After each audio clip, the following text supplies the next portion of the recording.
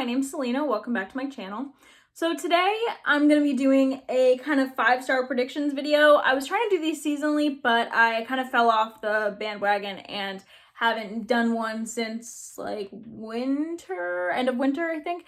And so I'm basically going to, instead of just doing like a spring wrap up and summer 5-star predictions when I have literally like a week left of summer, I'm actually just going to tell you what I'm going to update you on my spring predictions for the spring season, because a lot of those did bleed into summer. So we'll call those like my spring and summer predictions. And then I will tell you my 5-star predictions for the rest of the year. So the fall, early winter season. I guess let's just get right into it. So the first book that I predicted I would give 5 stars to was Into the Labyrinth by John Bierce. This is a YA fantasy that is self-published. One of my friends, Udi, really loves this series, so I put it on here because I thought it had a chance of being a favorite, and it was one of the ones I was looking forward to most when I was making this list at the time, and it was really good. I originally did give it 5 stars, but upon like further reflection and stuff, I think it's more like a 4.25, like a high, like 4.25, like an enjoyable book, but not mind-blowing new favorite. My rating scale has changed a little bit, so that's kind of why it's gone down as well. So this was not a 5-star, but it was a 4.25 star. It was one of the ones I enjoyed most in this batch of things because, spoiler alert, I didn't have very many that went extremely well in this batch of 5-star predictions, which is really sad to me. But yeah, I think if you like magical school vibes, whimsy that is still manages to have a hard magic system, if you like exploring themes surrounding like disability, I think that you would really like this book. I will link my review so that you can check that out and see more about what this book is and whether it's for you or not. The next book was also a recommendation from my friend Udi. He loved it, and I've been wanting to try this author for a bit, so I put this on there. And the book is A Wizard's Guide to Defensive Baking by T. Kingfisher. So I originally gave this book 4.5 stars. This is like a whimsical, I don't know if I would say whimsical. It's like a fun, older middle grade or younger YA. It's kind of in that middle age, self-published. It follows a girl who has very unconventional magic because she can only do anything with baking, but it turns out that she has to use that magic for defense. And that's really mostly what it is. I'll leave my review of this. I think I reviewed this book. I think. If I did, I'll leave a review.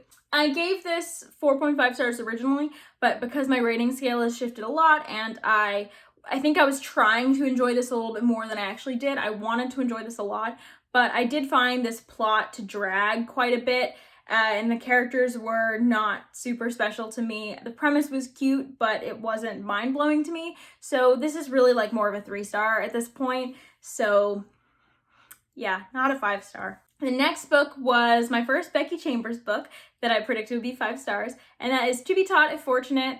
This got a like 4-star because this is a very like short novella that is very focused on 2 things: world building and some characters and character relations, but much more of a world building sort of thing and a theme. It's more about world building and theme, honestly, if I'm being completely honest.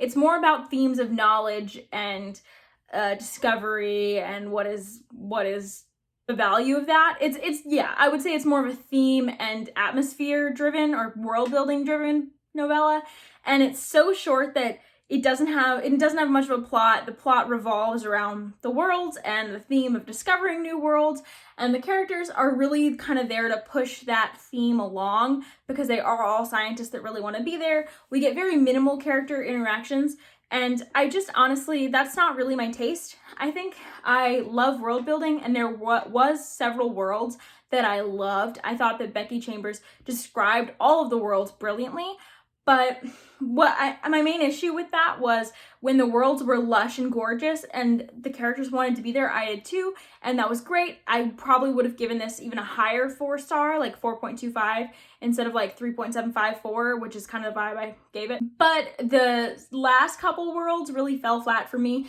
mostly because they were not, the characters didn't like them, and so it created like a lot of conflict, and I was just like, I don't want to be here anymore. So if I'm not enjoying the atmosphere in a very like world building driven book, then it's almost like Becky Chambers did her job a little too well. She's like, don't enjoy this place, it's awful.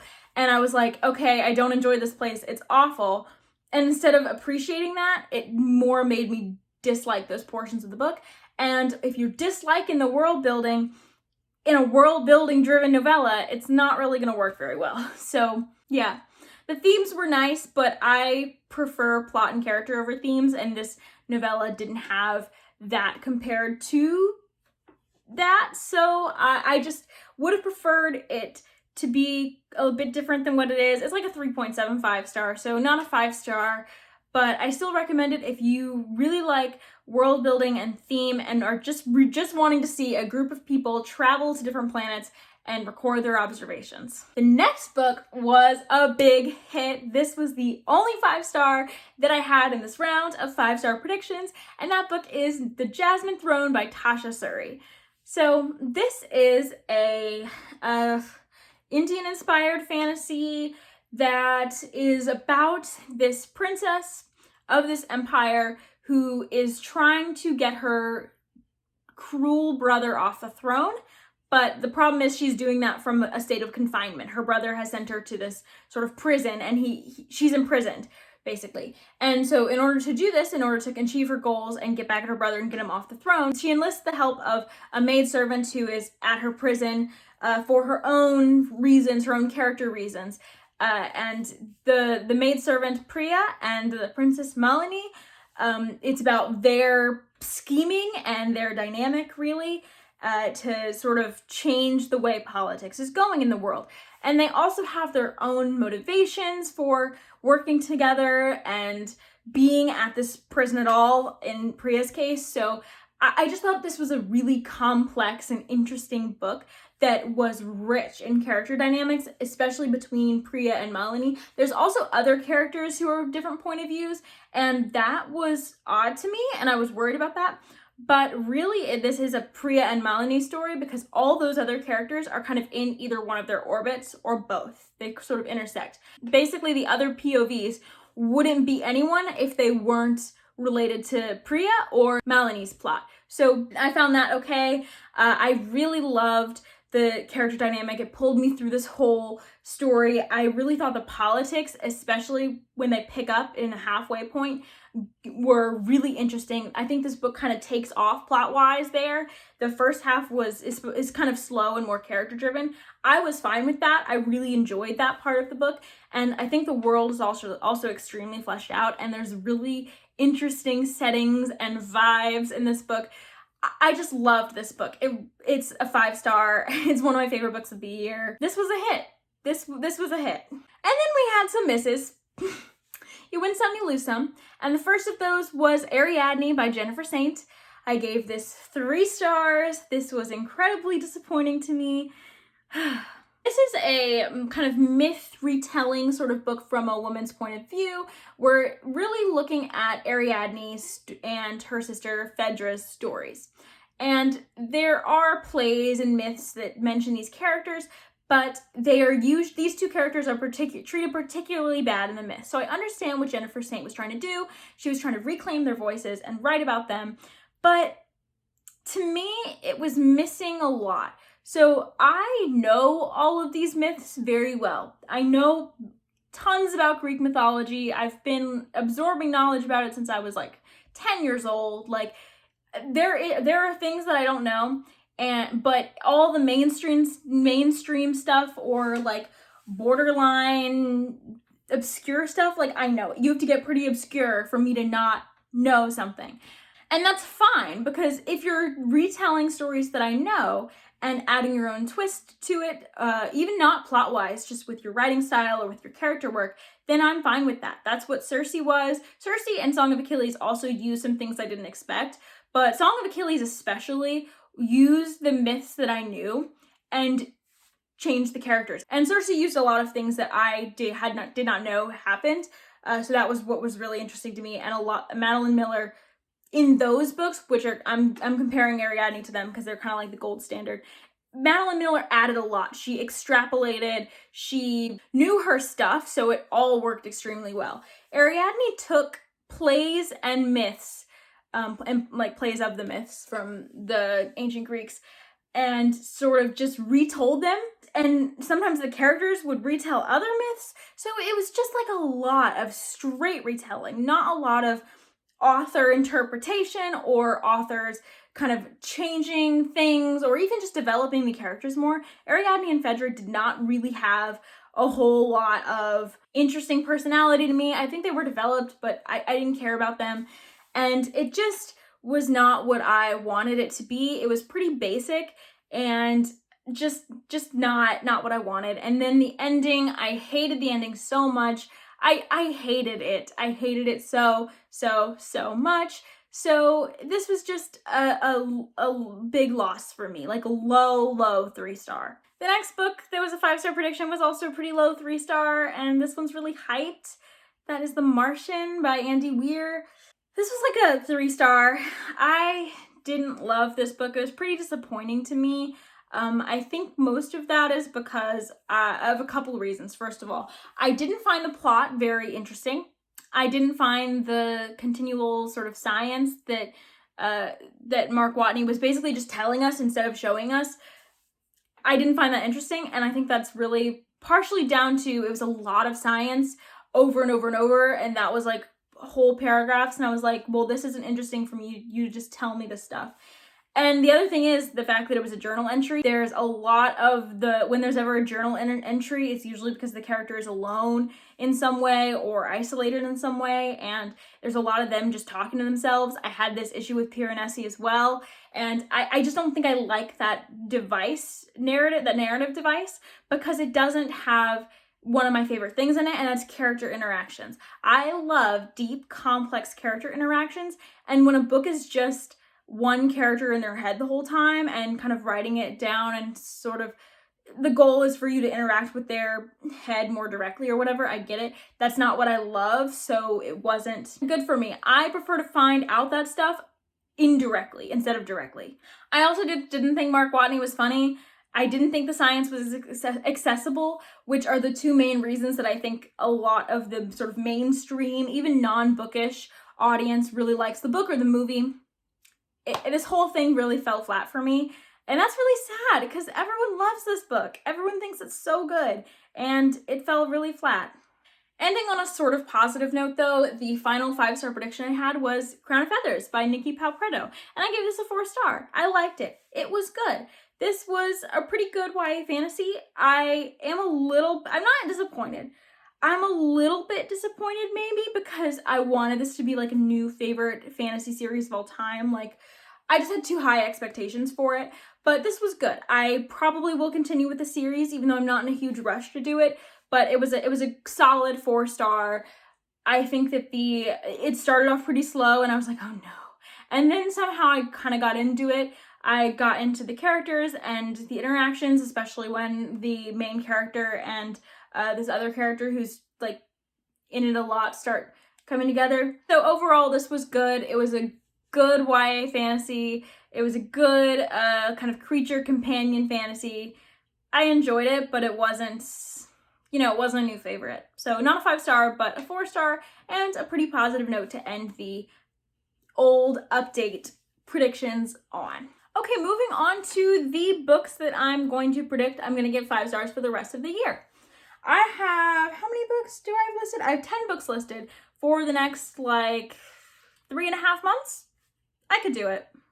And the first one I want to tell you about is Silver in the Wood by Emily Tesh. So I know this is a really short novella, low fantasy novella. I've heard it's very sweet, very atmospheric. It's about this kind of forest spirit who protects the forest around this estate and the man who moves into the estate. But the man who moves into the estate, something happens and he gets in trouble and the woodland spirit has to go save him. I think there's a romance. I think it is going to be just very atmospheric and very nice kind of low fantasy vibes that I love, like maybe a little dark, maybe kind of autumnal vibes, kind of magical forest vibes. I love magical forests, so of course I had to read this during this time of year. The second 5-star prediction I'm going to make for the rest of the year is The Bone Shard Daughter by Andrea Stewart. I don't know too much about the plot because I just know there's a lot of different perspectives in this, but I know a lot of people who've loved it. My friend Udi has loved it. I've seen a lot of good reviews for this lately, especially even from people whose tastes do not line up. Like, a lot of people like this book. And this, I don't know too much about it. I know we have necromancy. I know we have a princess who needs to learn, or an emperor's daughter. Yeah, emperor's daughter who needs to learn the magic of bone shards in order to rule, but she also has a disease or something has taken away her memory, so her father refuses to teach her until she gets her memory back. So that's one of the main perspectives, but I've heard there's also cute animal companions, there's the reluctant hero trope, there's swashbuckling fun, and I'm excited. I'm really, really excited about this book. Can you tell? The next book I'm gonna call a 5-star prediction is Master of Sorrows by Justin T. Call. This is kind of out of my comfort zone a little bit. I know this is a pretty character-driven fantasy. It's going to be a long series with several arcs in it, so I'm really, really excited. I hope I love this because I want to read the rest of the series. I want to love this series. And look at how gorgeous this book is. Look at this. Look at it. Look at it. I love the cover of this, and I'm really interested in this. I know that it has a magical school. I know that this whole series is going to be kind of a Dark Lord origin story, I think. But right now, of course, that's not who the main character is. This is when he is small and at this sort of magical school dealing with sort of dealing with what he hears about magic, that it's bad, that it's wrong, and what he knows magic to be, the cognitive dissonance that comes with that. So I'm really excited. I really want to try out this book. I hope it will be a 5-star. The next one that I'm going to call a 5-star prediction is Empire of Sand by Tasha Suri. This is Tasha Suri's first book, I believe. I believe it's her first book. I don't think she has any other books other than this duology and the Jasmine Throne as of now. So I really want to read this. I've heard good things about it. I've heard that it has the sort of romance and character dynamics that I really liked in Jasmine Throne, but it also has politics and good plot and world building that I really liked in the Jasmine Throne as well. So I love the Jasmine Throne, so I just think that Tasha Suri could be a favorite author of mine, so I really want to try this, and I hope it will be a 5-star. Moving on, the next 5-star, I have wondered what book I should put here because there's quite a few that I think I will love, but I'm trying to decide which one I have the least doubts about. I guess I'm just gonna say this one on a whim. For the Wolf by Hannah Witten. I know that this is a fairy tale retelling. It looks like Red Riding Hood, but it's actually more like Beauty and the Beast. I love Beauty and the Beast retellings. I love retellings in general. I love sort of a low fantasy vibe. I think this is actually high fantasy. I think it has some romance. I know it has these sort of magical woodland vibes, like I just said. I want to read it. I want to see if this could possibly be a 5-star. Earlier in the year, Spinning Silver, which is another fairy tale sort of retelling, that was a 5-star, and I was not expecting it at all. So I'm trying to sort of see what I love in this sort of genre. So this is one of my next reads. The next one is The Ninth Reign by Jen Williams. This is a high fantasy kind of genre-bending, odd high fantasy that I've heard a lot about from a lot of people on BookTube, but of course Elliot Brooks is most associated with this book. She makes it sound really great. She describes the characters. They all sound very unique. The plot, it worries me a little bit because it sounds more like it's very character-driven and the plot is a lot of big reveals, but she swears by it. Whenever I see someone love a book that much, I'm like, I gotta check this out and I hope I will love it as much. So that's really how this one made its way onto the list. The next one is not a sci-fi fantasy, it's actually a classic, and that is My Cousin Rachel by Daphne du Maurier. I loved Rebecca by Daphne du Maurier when I read it back when I was like 20. So like 2 years ago now, and I'm really, really excited to finally continue on with her work. It's been a while, but I would really, really like to see if I could love her other work the same way that I loved Rebecca. And it's been a while with Rebecca, so I can't fully remember I don't remember. I know I loved it, but I'm not sure if it would hold up now. I think it would because of how, I just remember it being so good. And so I'm excited to see if Daphne du Maurier still is an author for me. The penultimate book that I'm going to predict is going to be 5 stars is T.J. Young and the Aurishas. This is like a young YA sort of book, and it reminds me, it kind of has been pitched to, and it feels kind of similar to Amari and the Night Brothers or Percy Jackson. So I'm really excited to give this one a try. It's an African myth inspired book, and I'm just really excited. I love this sort of vibe. So yeah. And the final book is a middle grade book. I've been loving whimsical middle grade. This one seems like such an atmospheric, fun, adorable pick, and that is Frostheart by Jamie Littler. I don't know much about this book, except it has sort of wintry, frozen, fun, friend group vibes, and I'm sold. That's all I need to know. I know it has illustrations. I love it. Thank you guys for watching this video. Let me know what your 5-star predictions are, and if you agree with any of mine, or if you think that these will be 5 stars from me. And I will see you in my next video. Bye!